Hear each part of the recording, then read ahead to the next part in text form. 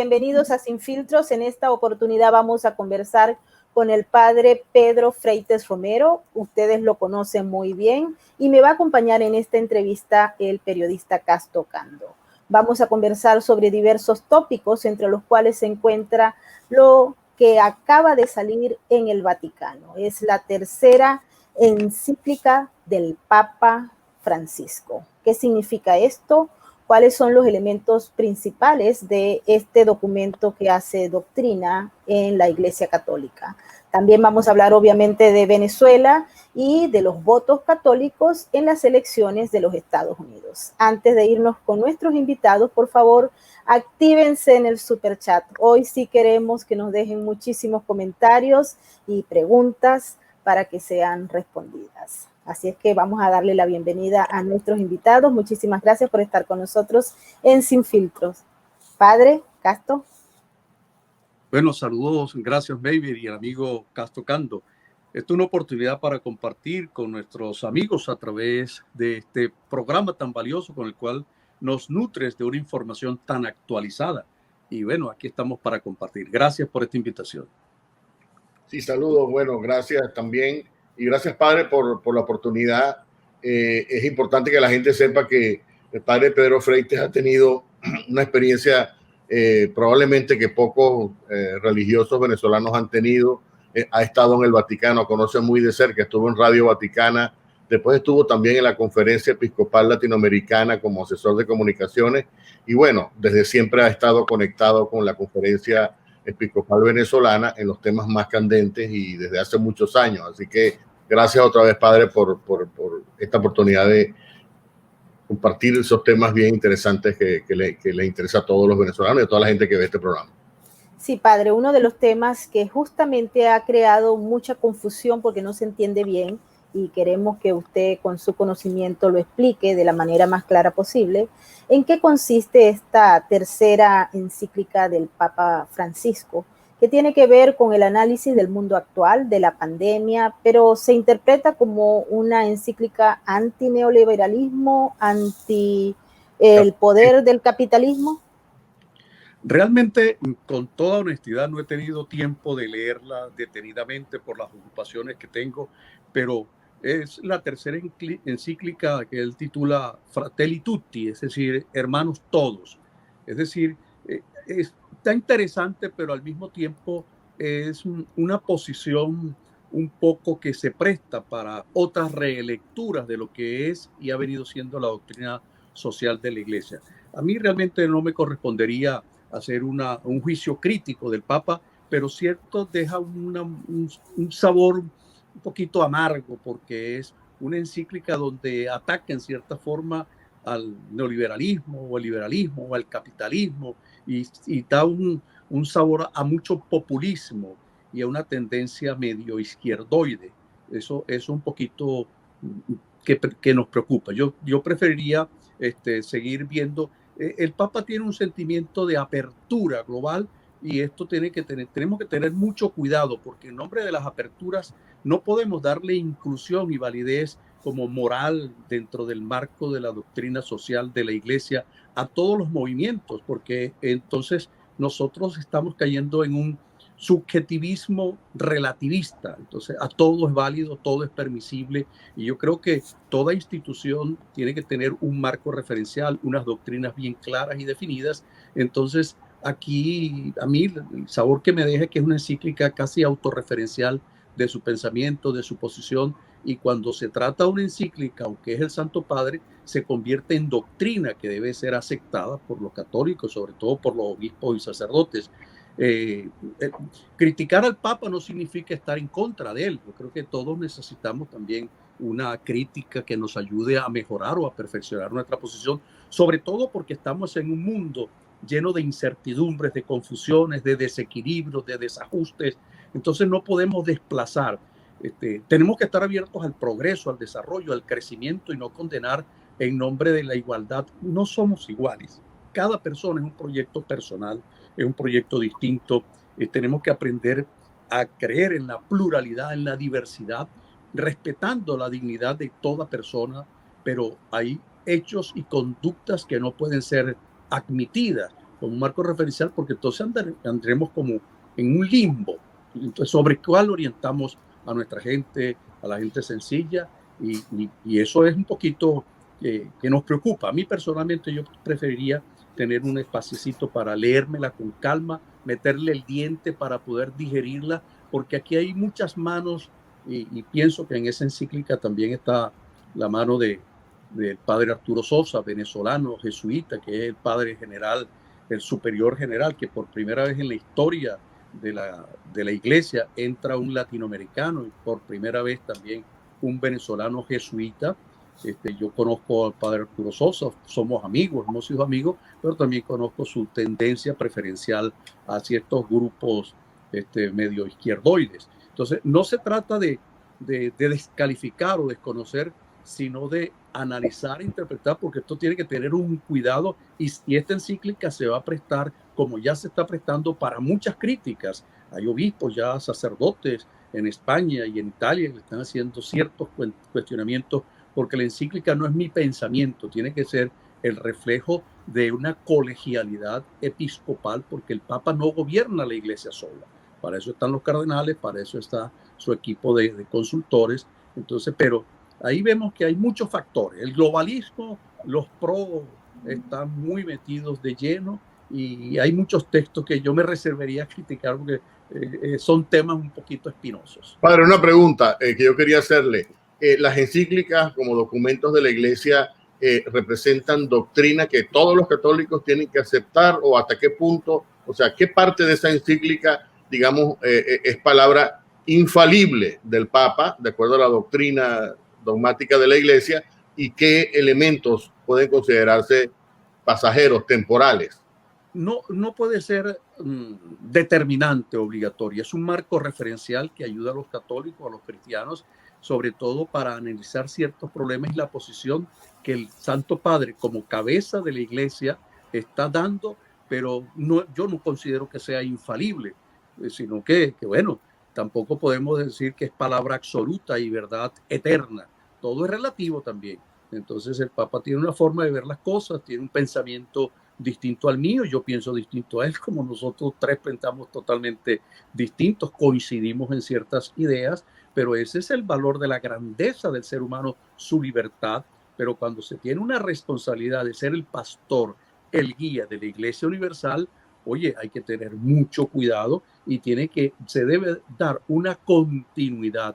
Y cuando es una encíclica que trata de ser de doctrina social de la Iglesia, porque esta encíclica no es moral, esta es una encíclica de comportamiento moral, ecológico, político, social, entonces toca muchos aspectos, ¿verdad?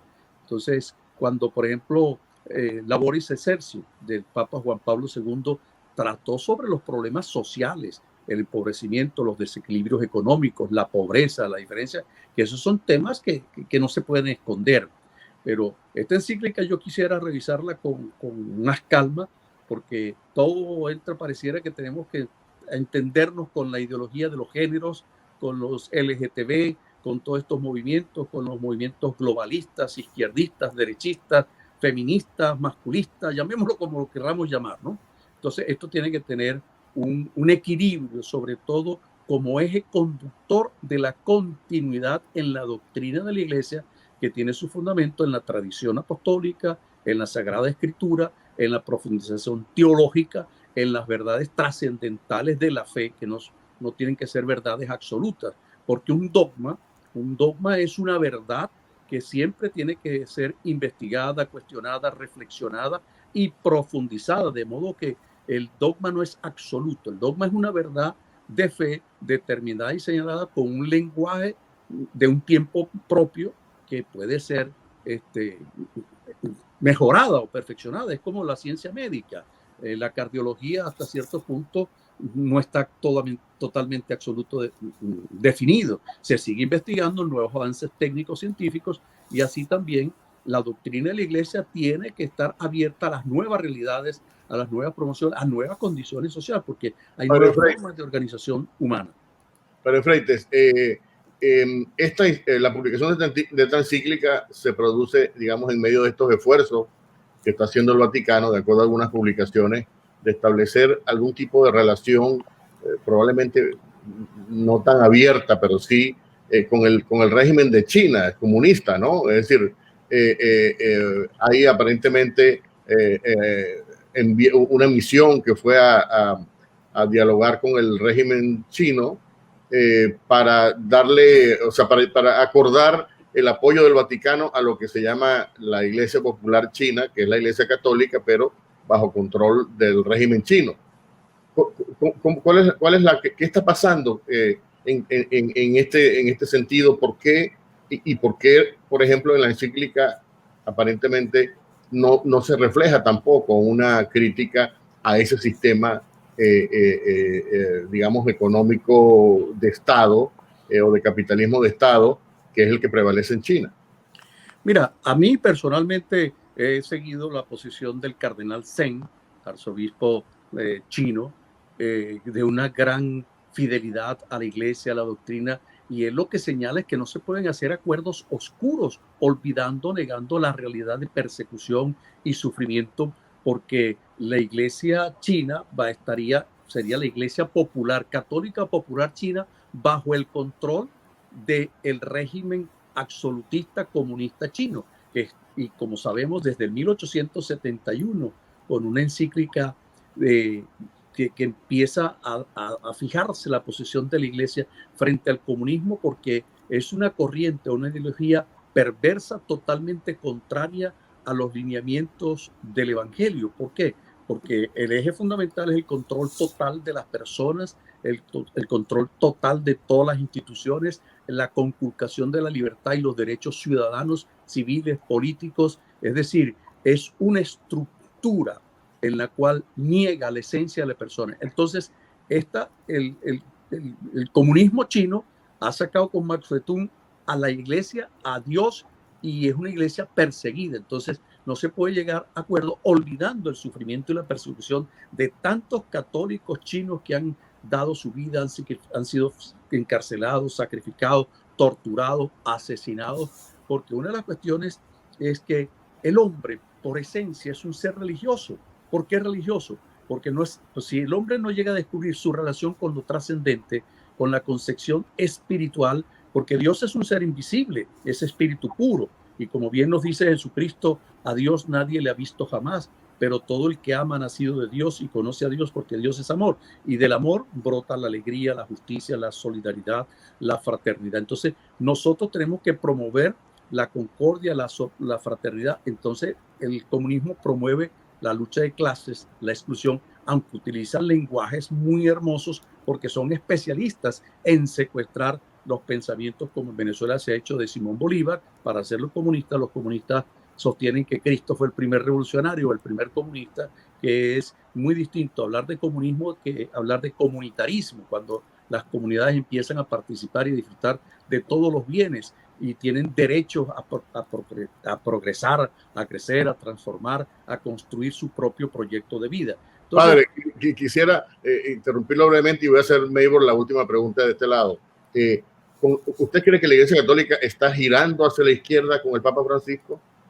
Bueno, es la tendencia que no solamente a mí, sino que a muchos analistas, inclusive del episcopado, de la iglesia, están dejando esa tendencia como que si la izquierda o el izquierdismo o el populismo es la respuesta y la solución a todos los problemas. Yo creo que la iglesia no puede identificarse ni con la derecha ni con la izquierda, que yo sería más bien de la tendencia de Tony Blair, de la terceridad. Tú tienes que buscar vías de encuentro, de conciliación, pero si la iglesia tira hacia la izquierda, entonces está poniendo al margen lo que ha sido la doctrina tradicional de la iglesia, cuando ha sido considerado que la izquierda es una ideología totalmente contraria al pensamiento y a la doctrina de la iglesia y que ataca y persigue a las personas. La libertad es la ansiedad del poder, de absolutizar el poder y concentrarse en él. Entonces tenemos que tener mucho cuidado. Dios quiera.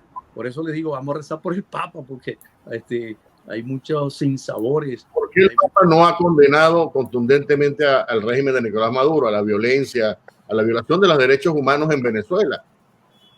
Eso también nos deja, porque lo que yo tengo entendido, de acuerdo a lo que he hablado con los obispos, arzobispos, y con el cardenal Porra y con el cardenal Urosa, es que el Papa les dio un mensaje al episcopado donde les dejaba plena libertad que ellos expresaran su pensamiento, y la Iglesia ha venido sacando unos documentos que son verdaderamente importantes, La iglesia de superiores. Venezuela, claro, ¿no? La Iglesia en Venezuela. Entonces aquí ha faltado, que es lo que se ha querido, una posición firme del Papa hacia la situación de Venezuela, porque el régimen de Hugo Chávez estuvo muy aliado con esta alianza del Foro de Sao Paulo, con los Kirchner, con Argentina, siendo el arzobispo de Buenos Aires. Entonces hay muchas redes allí que uno tendría que mirar con una lupa, pero estar siempre atento. En su condición de sumo pontífice, él tiene que distanciarse un poco de esas filiaciones o esos pequeños amores que se tienen con estos grupos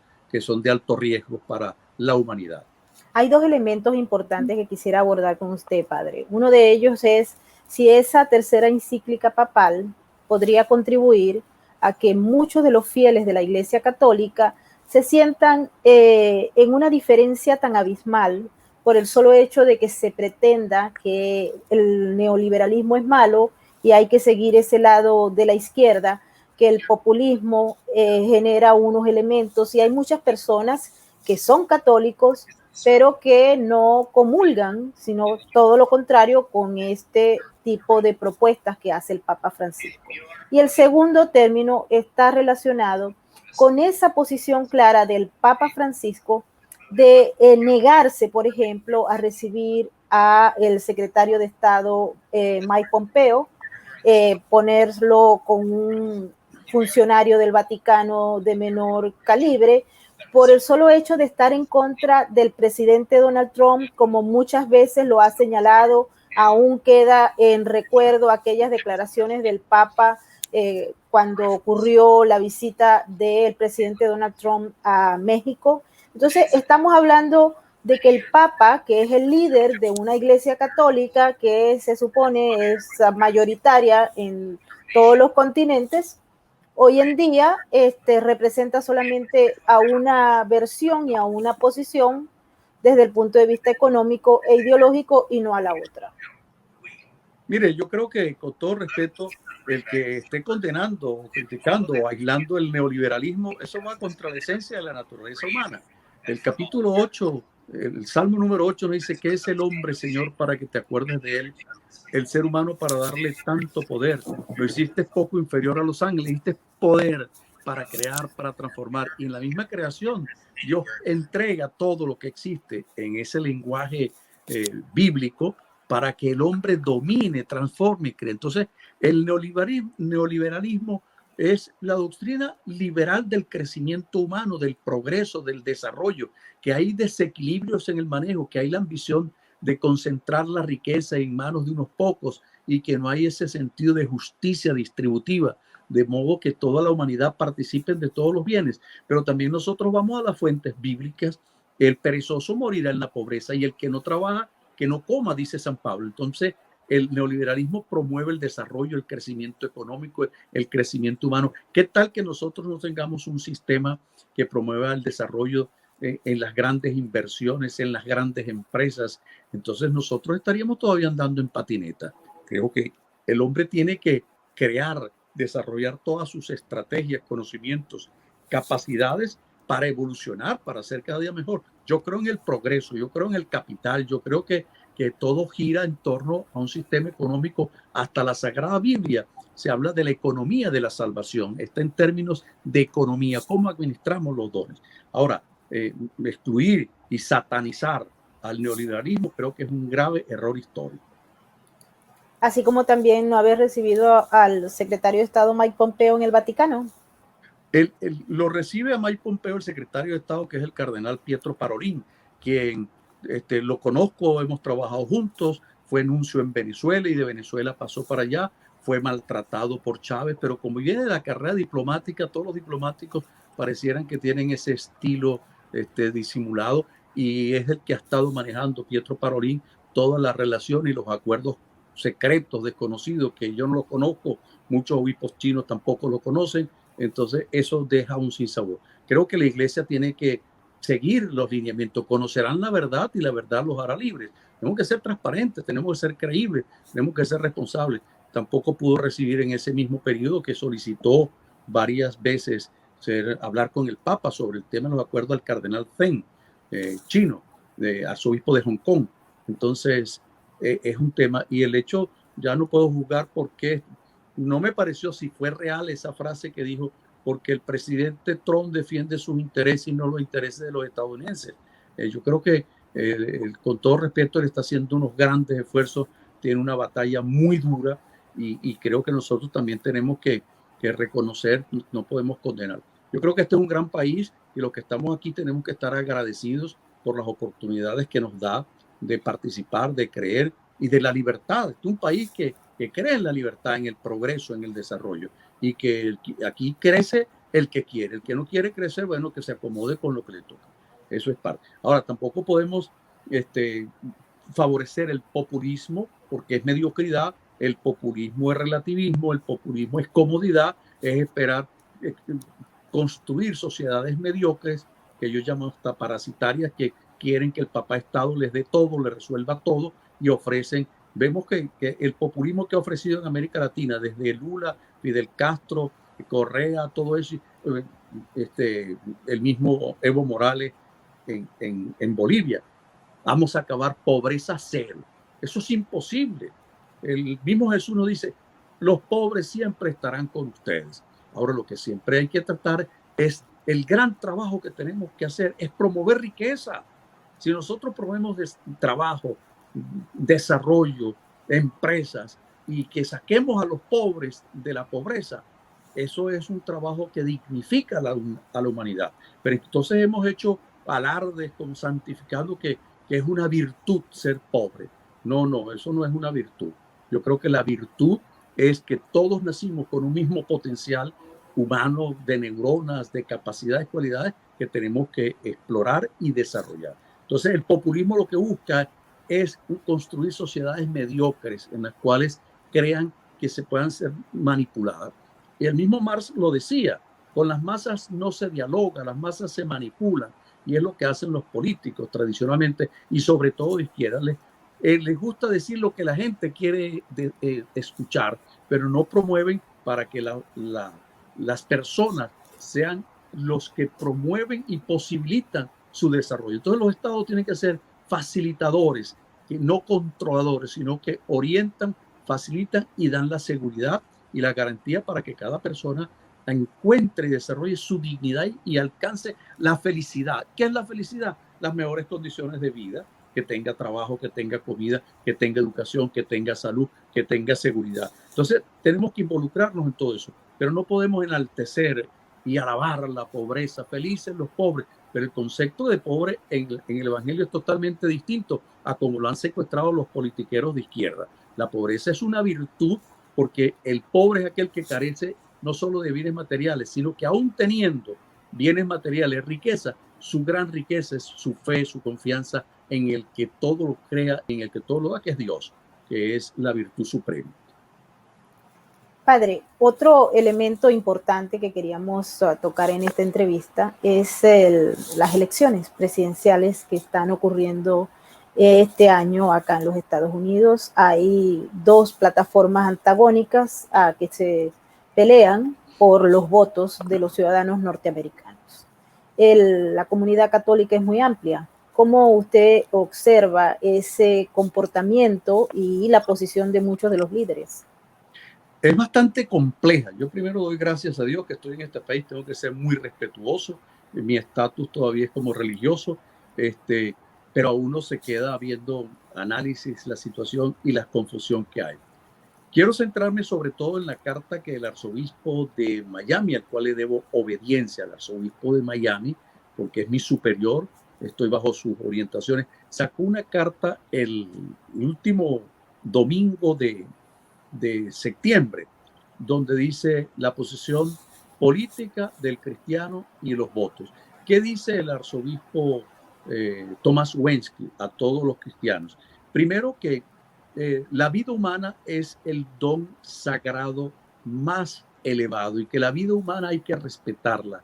Va contra el aborto y dice que ningún cristiano católico puede darle el voto a líderes o personas que promuevan el aborto, que defiendan el aborto o que defiendan y promuevan políticas o leyes abortistas. Pero al mismo tiempo señala que el comunismo, lo que hemos predicado mucho, el comunismo es una doctrina totalmente, una ideología perversa, totalmente contraria a los valores del evangelio, que es la verdad, la justicia, la libertad, la promoción del desarrollo humano. Entonces, a mí me ha tocado aquí, por cierto, tengo un malestar con no sé quién, porque esas son las formas que tienen. Yo he señalado abiertamente en mis homilías el derecho que tiene todo ciudadano, pero nosotros con responsabilidad tenemos que defender la cultura de la vida. La vida es desde la concepción hasta su muerte natural, partiendo del mandamiento no matarás. Aquí se están practicando abortos hasta los 7, 8 meses y eso es un grave asesinato, es un delito contra personas indefensas. Pero hay cristianos que inclusive que vienen a misa, me pasó este domingo, que así actúan, se ve que es izquierdista, entonces en vez de buscarme para dialogar por qué yo estoy señalando eso, dicen que mis posiciones son reiterativamente políticas.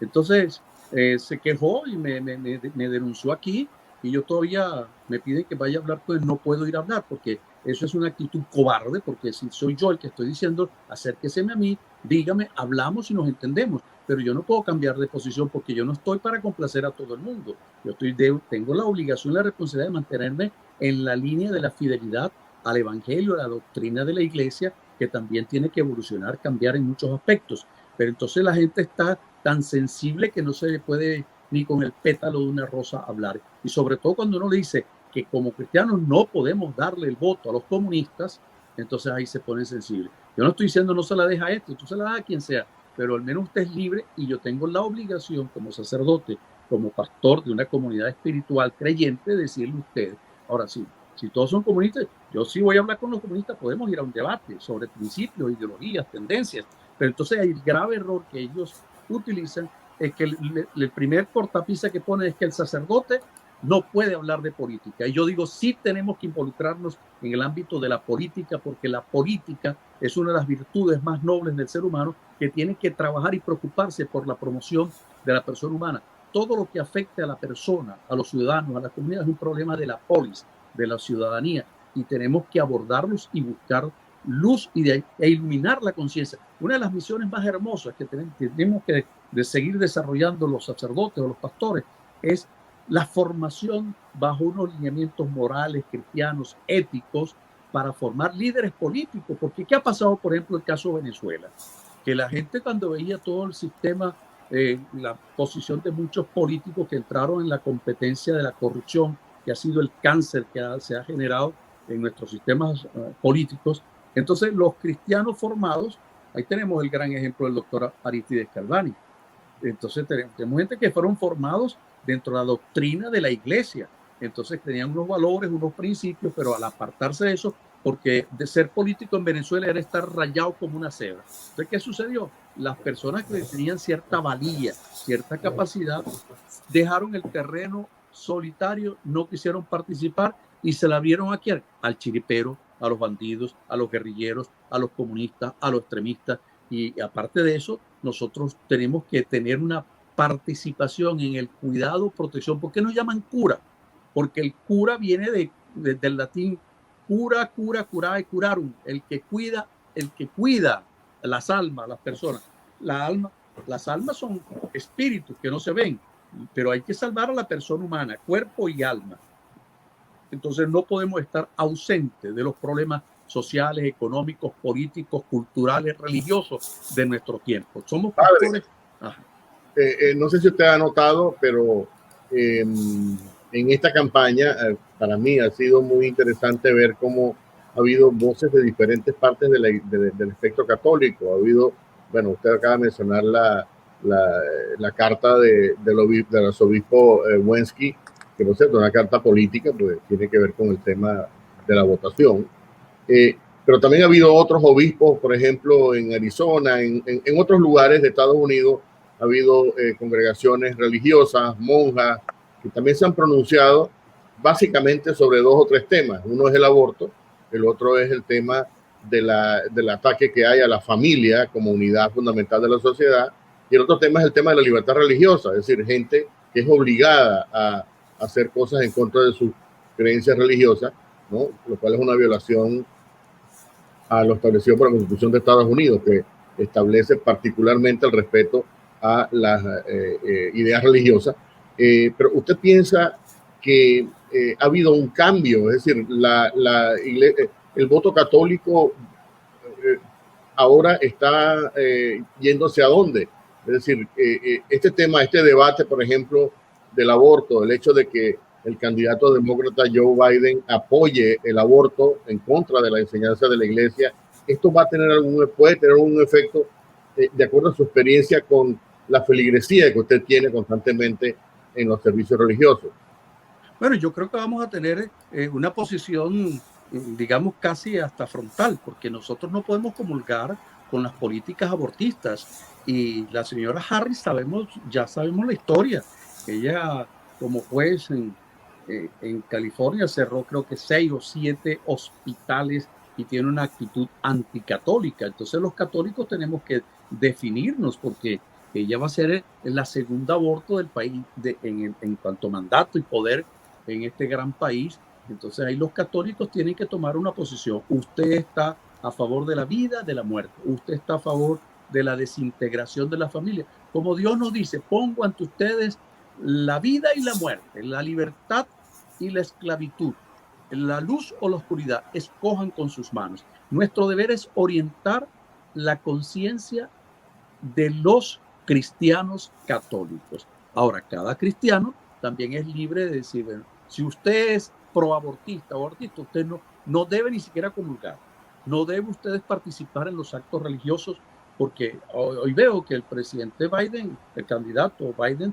se confiesa católico, pero promueve y defiende las leyes del aborto y va a dar apertura, lo que acabo de ver en algunos medios de comunicación. Entonces, esto nos tiene que poner a pensar. Ya uno deja la libertad de conciencia y la responsabilidad de cada ciudadano en el momento de ejercer su derecho a participar. El voto es importante, sobre todo en los países demócratas, en los países donde hay autonomía y libertad de conciencia, libertad religiosa, pero nosotros tenemos la obligación y el deber de orientar el comportamiento o la conciencia, porque la conciencia es inobservable, es lo más sagrado que tiene cada persona. Pero al menos tenemos que dar las pistas y fijar nuestra posición.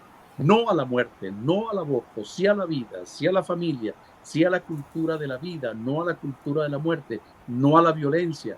Entonces todos estos temas implican una posición, no podemos ser indiferentes, no podemos, mire, queridos amigos, el sacerdote, el obispo no puede estar complaciendo a todo el mundo. Nosotros no nos pusieron aquí o no escogimos esta profesión para decirle a toda la gente lo que les gusta. Es como un padre de familia, hay que reclamarle a los hijos, exigirle, dar unos principios, unas normativas y unas condiciones de vida. Después, cuando sea grande, adulto, bueno, escoja usted su camino, pero al menos las bases tenemos que sustentarlas, porque grave sería decir, ay, yo no hice nada, no quise tener problemas, no me meto en problemas, no participo. Entonces no estás preparado para esta función de sacerdote, guía, acompañante, y que asumes un reto, porque esto no es fácil. El que quiera, si yo hubiese sabido, si hubiera leído todos los consejos del santo Escolapius, que era el padre de la medicina en la mitología griega y romana, le decía, hijo, ¿quieres ser médico? Bueno, prepárate. Así mismo dice la Sagrada Escritura. Si quieres seguir al Señor, prepárate, porque la batalla va a ser dura. Y la batalla de un profeta es ser incómodo.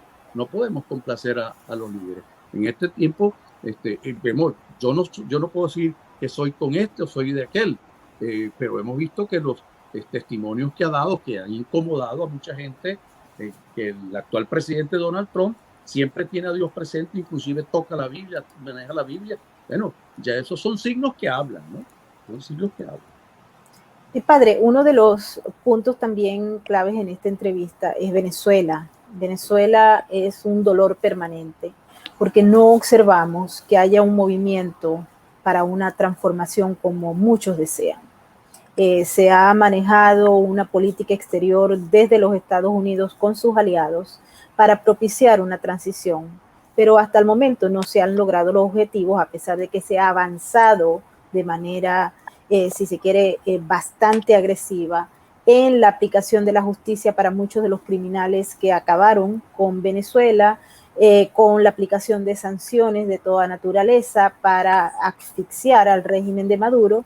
Pero ahí están otros socios importantes, que son los aliados suprarregionales del régimen, como Irán, como Turquía, China, Rusia, que le dan oxígeno y que ha permitido que el régimen gane ese tiempo que es tan importante para mantenerse en el poder.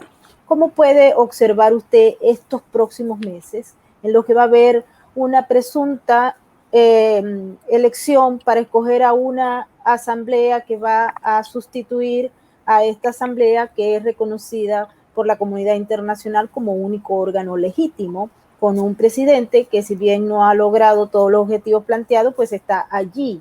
¿Qué es lo que va a ocurrir? ¿Se va a profundizar el conflicto o usted cree que, debido a todos los factores que son altamente explosivos, puede haber un cambio o al menos un movimiento, porque pareciera que el juego está trancado? Mira, has utilizado un término explosivo y yo creo, una opinión muy personal, que Venezuela va camino a una implosión social de dimensiones impredecibles. Lamentablemente, nuestros actores políticos, tanto de un lado como del otro, de la oposición, no le hablan claro al país y han estado en negociaciones oscuras. Hoy aparece Borrell, el delegado de la Comunidad Europea, que fue pedido tanto por Guaidó como del G4, del Grupo de Acción Democrática, Nuevo Tiempo, Voluntad Popular y otro partido. Entonces, ¿qué significa? Están pidiendo que vengan para avalar y dialogar con Maduro, de modo que le dan cierta legitimidad y legalidad. Cuando se ha establecido, definido, hasta hay una sentencia, que Maduro es ilegítimo, que no sabemos todavía si de verdad nació en Colombia o dónde nació, o nació en Marte o en Júpiter, pero no es venezolano. Por ese lado, tenemos dos tendencias. El único país, tenemos un presidente muerto sin defunción clara que la conozcamos pues, públicamente, y un presidente en funciones sin partida de nacimiento. Entonces, ¿qué significa? Esto es un proyecto continental, es una lucha contra Occidente, no es solamente Venezuela, pero Venezuela, como era la vaquita de oro, fue manejada y secuestrada por Cuba y fortalecida por estos regímenes comunistas, absolutistas, totalitarios. Entonces ellos encuentran Occidente. Entonces en Venezuela primero no hay Estado de Derecho, el país se desintegró, no tenemos república, no hay constitución, la constitución se manipula y se juega, y los actores políticos han ido negociando de espaldas al país acuerdos con el mismo Maduro. Hasta el amigo Leopoldo López está negociando dentro de sus planteamientos con el gobierno para conformar el nuevo gobierno de transición. Esto es irresponsable. Entonces, ¿cómo usted se va a permitir aceptar, si el Consejo Nacional Electoral, el nuevo y el anterior, son ilegítimos? Entonces, hay un ministerio electoral que tenemos cómo demostrar y sustentar todos los fraudes electorales que se han venido cometiendo en Venezuela desde el 2004 hasta el presente, y se prestan para seguir aceptando que un criminal, un asesino que está condenado, ya sentenciado por delitos de corrupción por el Tribunal Supremo de Justicia de Venezuela, 18 años de cárcel, sigue. ¿Por qué? Porque las negociaciones, hay lobbies políticos, lobbies de oposición que van constantemente a Washington solicitando que le reduzcan, que suspendan las sanciones. Hay lobbies desde adentro de Venezuela. El bloqueo ha sido principalmente de los actores políticos venezolanos, porque ellos quieren distribuirse la torta entre ellos mismos y no abrirse a un proceso de transformación.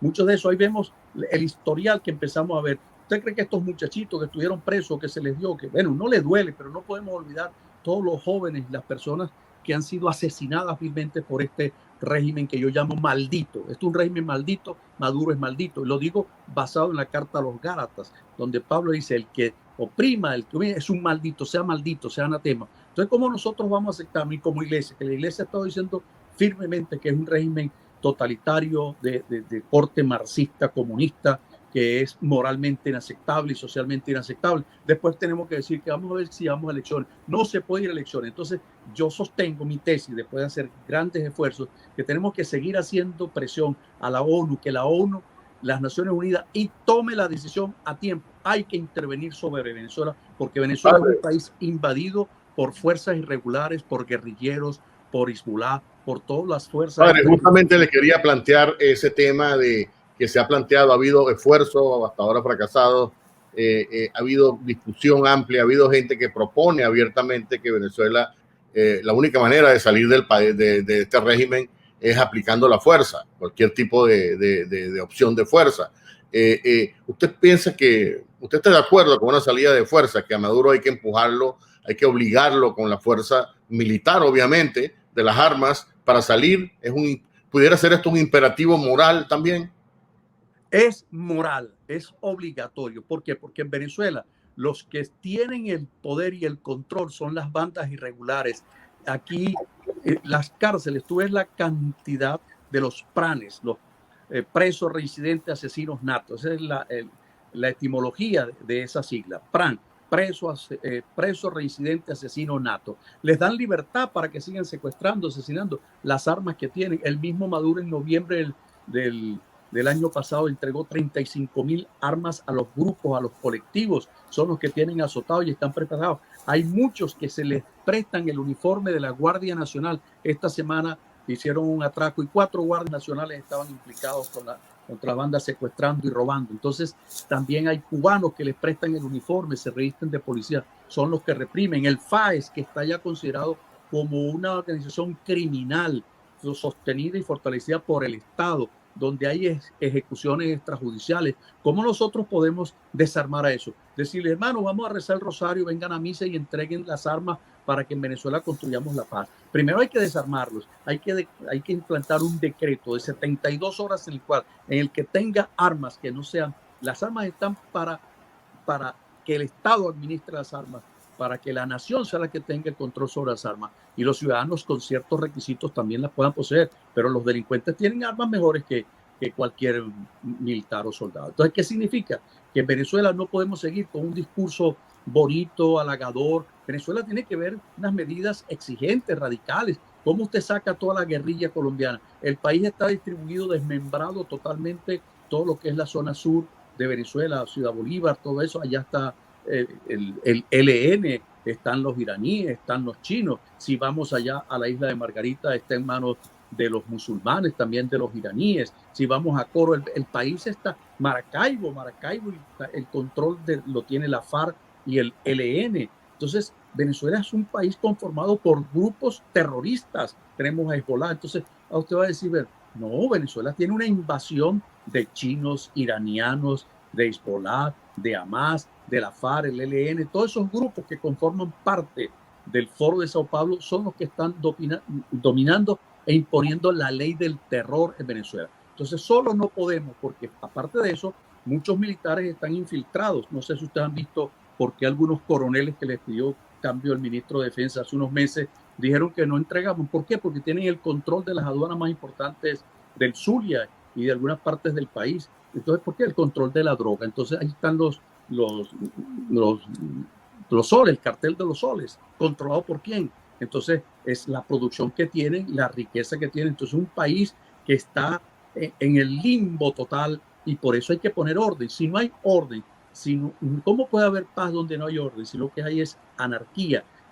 Somalia se quedó atrás, pues. Nosotros entramos ya en un proceso de somalización. Entonces solos no podemos. Entonces, ¿qué significa? Bueno, que tiene que haber, ahí está, lo ha estado proponiendo el mismo doctor Diego Arria, que trabajó mucho en el caso de Bosnia-Herzegovina.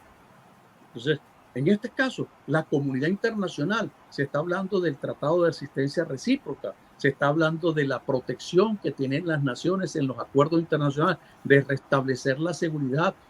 Son crímenes de lesa humanidad que no prescriben. Entonces nosotros, los opositores, ni hablan de eso. Estos están pensando en el puestico que van a tener en el Congreso o allá en la Asamblea Nacional, o en el puestico que van a tener luego como alcalde. Entonces, ¿qué? Se están participando del mismo botín de los delincuentes porque entonces el que se preste para participar en estas elecciones del 6 de diciembre es otro traidor que no ha entendido ni ha comprendido la grave crisis, la tragedia que tiene Venezuela. Por eso no podemos permitir ni aceptar. Estas elecciones ya están definidas y contadas y cantadas. Entonces, tenemos que alzar la voz, tenemos que protestar, tenemos que enfrentarnos. Porque entonces, ¿qué es lo que hace cuando alzamos la voz? Nos reprimen, nos persiguen, nos expulsan del país o nos matan. Yo llevo 2 atentados. Entonces, ¿qué significa? Que, bueno, uno tiene que seguir estimulando, animando, manteniendo a las personas, pero en este momento tan crítico, ojalá que se pueda dar y que tanto con el presidente Trump con una coalición internacional de países puedan tomar la decisión de rescatar, de restablecer primero el orden, después que tendrá que darse un gobierno de transición que no será de 1 o 2 años, quizás puede durar hasta 3, 4, 5 años, porque reconstruir un país, restablecer el imperio de la ley, el Estado de Derecho que no existe, eso no es tan fácil, eso no es tan fácil. Entonces tiene que haber mano dura y este país tiene que pasar por una cirugía. El país tiene una metástasis, la sociedad está metastásica, es decir, está enferma, está grave, el pueblo muriéndose de hambre, la inseguridad, la violencia, la escasez, los recursos, que padezcamos de agua, de electricidad, de que la gente viva en la depresión. Y lo peor que puede hacer el pueblo venezolano es adaptarse o conformarse. Tenemos que rebelarnos. Yo promuevo la resistencia civil activa, pero los líderes políticos lo que quieren es marxistas. Ya el pobre Guaidó no tiene... Ahí era que quería entrar, padre, porque el régimen se muestra todavía unitario.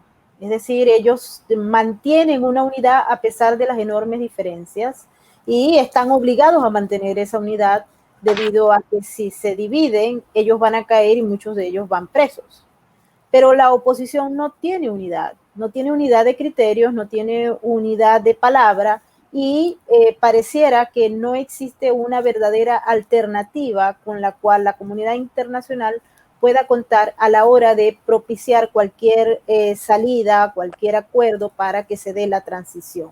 Y en paralelo está toda la gente que está sufriendo una tragedia humanitaria sin precedentes en el país, donde hay muchas personas, la asociación Caritas ha dado a conocer unas cifras espantosas que se señalan que el 73% de los niños venezolanos están con problemas de desnutrición. Entonces, pareciera que a muchos no les importa este asunto, porque andan buscando algunas asociaciones, dineros, puestos, etcétera, y paralelo a todas las denuncias que hay de corrupción en el manejo de todos los fondos que se han estado manejando dentro del país. Entonces, ¿qué es lo que puede esperar el ciudadano común? El que está buscando una salida, que ya no es irse del país, porque la pandemia ha cerrado muchas posibilidades para que la gente huya de la dictadura.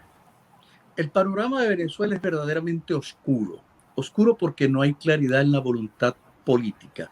Lamentablemente hubo un momento histórico perdido, es una década perdida. Caso Guaidó. Guaidó es un muchacho con muy buenas intenciones, pero está hipotecado, pero aparte de hipotecado está secuestrado por el G4, por los líderes tradicionales que han jugado con la política, han engañado y lo que han hecho es eternizarse en los cargos políticos, sean como senadores, diputados o alcaldes o gobernadores. Ahí tenemos al Caprilitos que sabemos que él ha hecho negociaciones con el gobierno. ¿Por qué no lo han tocado? Pues, ¿por qué sale ahora promoviendo elecciones cuando usted sabe que usted lo robaron, que usted fue cobarde, que usted no tuvo? ¿Por qué sale Leopoldo también a oscuras por debajo como gallos de medianoche haciendo negociaciones para un gobierno de transición? Entonces, tenemos que primero desmantelar esta clase de politiqueros que lo que les trabajan es de manera idiota, porque la idiotez viene de un término griego que significa el egoísta, el que solamente piensa por sí, para sí y para sí. Entonces, allí tenemos que ver. El panorama es oscuro. Tenemos 85, casi 90% de la población en una pobreza extrema. Los datos de Cáritas Venezuela, que está distribuida por todo el país, son alarmantes. Niños muriéndose famélicos, niños muriéndose de hambre. A ellos no les duele el país, pero que el país, el pueblo, inclusive hace fiesta en estas colas de 3 días hasta 4 días para llenar un tanque de gasolina y que se lo venden hasta $3. Entonces la gente va inclusive a la cola y se llevan su misita y su cervecita para jugar dominó y echar chistes y tal y que eso. Un pueblo así, ¿por qué no tomamos esas colas de carros y rodeamos a Miraflores, trancamos a Caracas, trancamos las principales vías del país y protestamos por los derechos que tienen los ciudadanos que le están negando la vida, el agua, la electricidad, el gas, la gasolina? Entonces, se meten los partidos, los líderes que tenemos, promoviendo las elecciones, promoviendo sus candidatos, porque el país no les importa, le interesa a ellos es el puesto político. Esta clase hay que barrerlos, hay que generar. Hay gente buena, sí hay, pero bueno, tenemos que cooperar y formar un criterio común en función de un objetivo. El primer objetivo, desmantelar esta estructura criminal de delincuentes, esta estructura, sea el Tribunal Supremo de Justicia de ellos, sea el mismo Maduro, hay que sacarlo. ¿Usted cree que Maduro, con todo el historial que tiene, Padrino López, Diosdado Cabello, ellos van a entregar el poder? Ellos quieren morir en el poder como se está muriendo Raúl Castro ahorita en Cuba y como murió Fidel Castro. Ellos no se quitan las botas, porque ellos sí están claros en que su objetivo, que antes fue por la vía armada, lograron por la vía democrática, pero lo van a soltar. ¿Usted cree que Pablo Escobar iba a soltar el control? ¿Usted cree que la FARC va a soltar las armas? Ahí está en la negociación. Y entonces el país que los acoge es Venezuela, y desde ahí siguen desestabilizando a Colombia, y hay que llegue Petro al poder en las próximas elecciones. Todo eso está planificado, eso está orientado, porque hay una política internacional de la extrema izquierda, de los movimientos anarquistas. Ahí está Irán. Vean, mira, nos preocupa. Hay situaciones de embargo de Venezuela, pero ya llegaron tres buques más de Irán a Venezuela. Padre, ¿cuántos obispos de Venezuela piensan como usted? Porque recientemente hubo un pronunciamiento del episcopado diciendo que la pura abstención, la estrategia de abstenerse en las consultas, por ejemplo, esta que viene, no era lo suficiente, ¿no? Como diciendo, hay que hacer algo. Yo no sé si ellos estaban contemplando la posibilidad de que la oposición participara en las elecciones. Pero ¿qué piensas tú sobre esto? Es decir, este pronunciamiento se produce en una, o sea, creo que añade más bien confusión, más que aclarar, porque ¿qué otra opción se puede pelear distinta a la abstención? Es decir, el tema es, o te abstienes o participas, pero si participas, entonces convalidas. Si no participas, criticas, pero de todas formas se va. O sea, si no participa, se abstiene, ¿no? O sea, hay dos opciones, no hay tres opciones. O sea, ¿a qué estamos apuntando el episcopado con esa declaración? Eso lo que generó fue más confusión, desconcierto, claro, desorientación, porque no podemos sentarnos a negociar con el delincuente. Usted no puede sentarse a negociar con el que es ilegítimo, con el que es usurpador, y que ellos te pongan las condiciones. Le estás dando validez, todo lo que hemos negado anteriormente, que es un gobierno ilegítimo, que es un gobierno que viola los derechos humanos, que está al margen de la Constitución, que humilla, que explota, que ha sembrado la pobreza y que es inaceptable. Entonces venimos a decir que, no, bueno, vamos a ir. Es que yo tuve que hablar con varios obispos.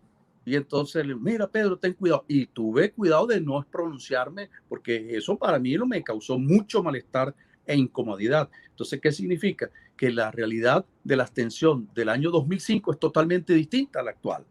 Los actores del 2005 no son los mismos de ahora. Cuando el mismo Ramos Alut promovió la abstención, después en el 2010 se participó y se ganó apabulladamente esas elecciones en la Asamblea Nacional. Pero nosotros sabemos que el mismo gobierno, con el capital que tiene, con la corrupción, el mismo Gorrín estaba distribuyendo $20 millones a los diputados de la Asamblea para fragmentarlos, dividirlos. Al mismo Tribunal Supremo en el exilio trataron y les dando dinero, porque ese es divide y vencerás. Entonces los políticos le caen el juego. Usted sabe, estos muchachitos, el que era el segundo, el suplente de María Corina, resulta que en 2 años, tremendo apartamento, tremendos carros. ¿Qué les importa a ellos? Y así la mayoría no tiene una conciencia de la responsabilidad histórica a la cual estamos llamados, de rescatar el país, de ponerlo a funcionar, de estimular el progreso. Pero estamos secuestrados en manos de personas inescrupulosas que solamente lo que les importa el poder.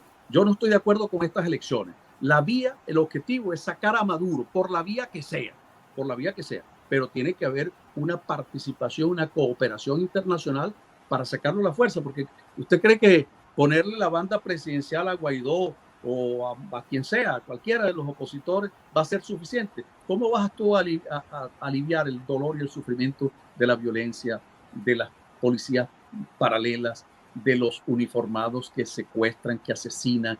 O sea, estamos peor que Somalia.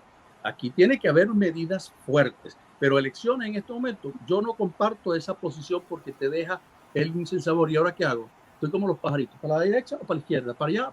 No, tenemos que tener una posición firme. No podemos confundir a la gente. Ese documento que fue solo de la presidencia, que son 5 obispos, no fue todo el episcopado. Porque si pone el episcopado, te aseguro que no sale ese documento. Ese documento fue un saludo a la bandera. No tuvo. El que va a venir, que va a ser pronto, ese sí que va a estar bueno, mi hermano. No. Pero ese que va a venir es ¿cuál, de padre? Un próximo documento que se está preparando de la conferencia episcopal. Va a ser determinante.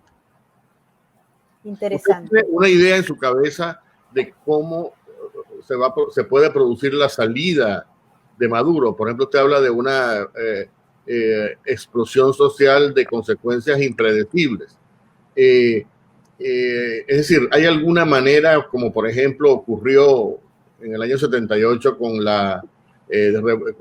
con toda esta movimiento sandinista en Nicaragua para sacar al anterior dictador que se llamaba Anastasio Somoza, que contó con el aliento y con el apoyo decidido y abierto del episcopado nicaragüense, particularmente el obispo Obando y Bravo, cuyas palabras, por cierto, para la guerrilla sandinista fueron claves para el triunfo de esa revolución, y obviamente después al año siguiente se dio cuenta de que todo era una estrategia marxista, etcétera, y se retiró, ¿no? Pero la pregunta es, ¿pudiera ocurrir esto? ¿Usted visualiza esto en Venezuela? ¿O cómo visualiza el final del régimen de Maduro?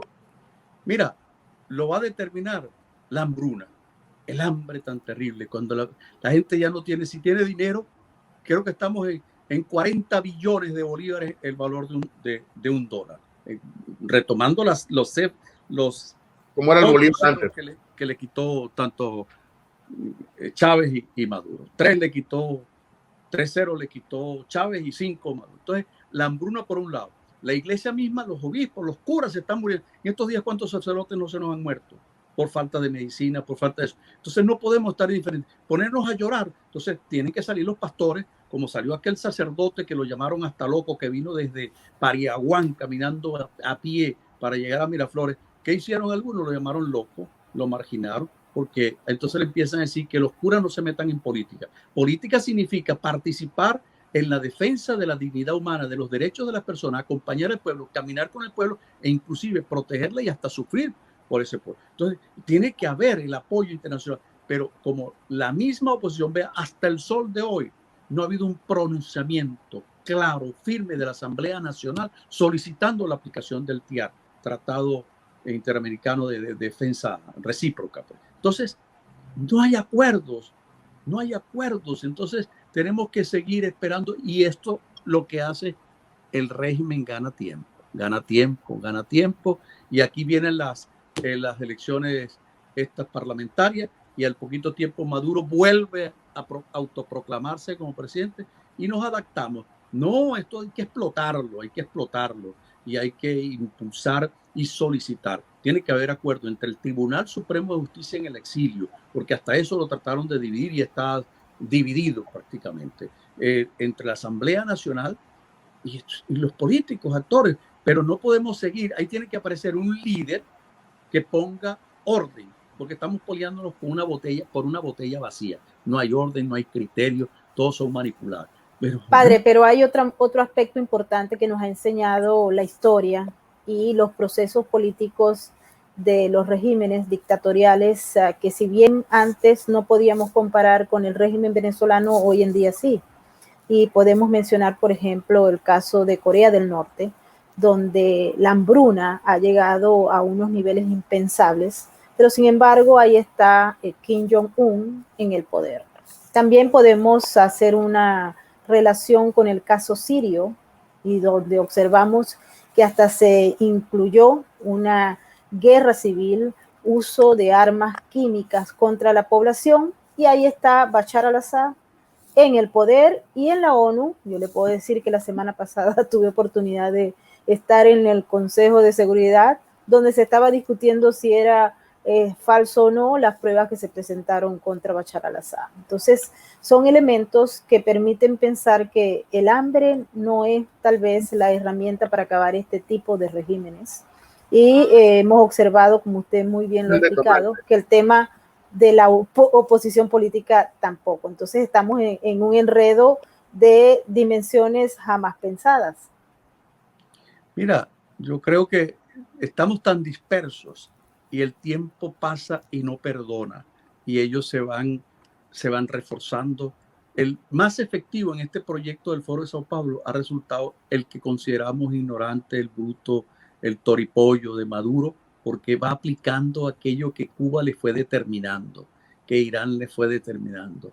Se fueron preparando. Entonces, creo que hay que hacer un gran esfuerzo a través de los medios de comunicación social, a través de la comunidad internacional, pero también tiene que venir desde Venezuela, solicitar ante los organismos internacionales, la ONU. ¿Quién iba a pensar que la Bachelet, que viene de la línea de la izquierda, iba al final por presiones presentar el informe que lo tenían engavetado desde hace unos cuantos meses? Logró presentarlo. Entonces, el Comité de Defensa de las Naciones Unidas tiene que intervenir, tenemos que pedírselo, pero en conjunto. La Iglesia, creo que hasta ella tiene que involucrarse en una solicitud que nunca lo ha hecho en la historia, ¿no?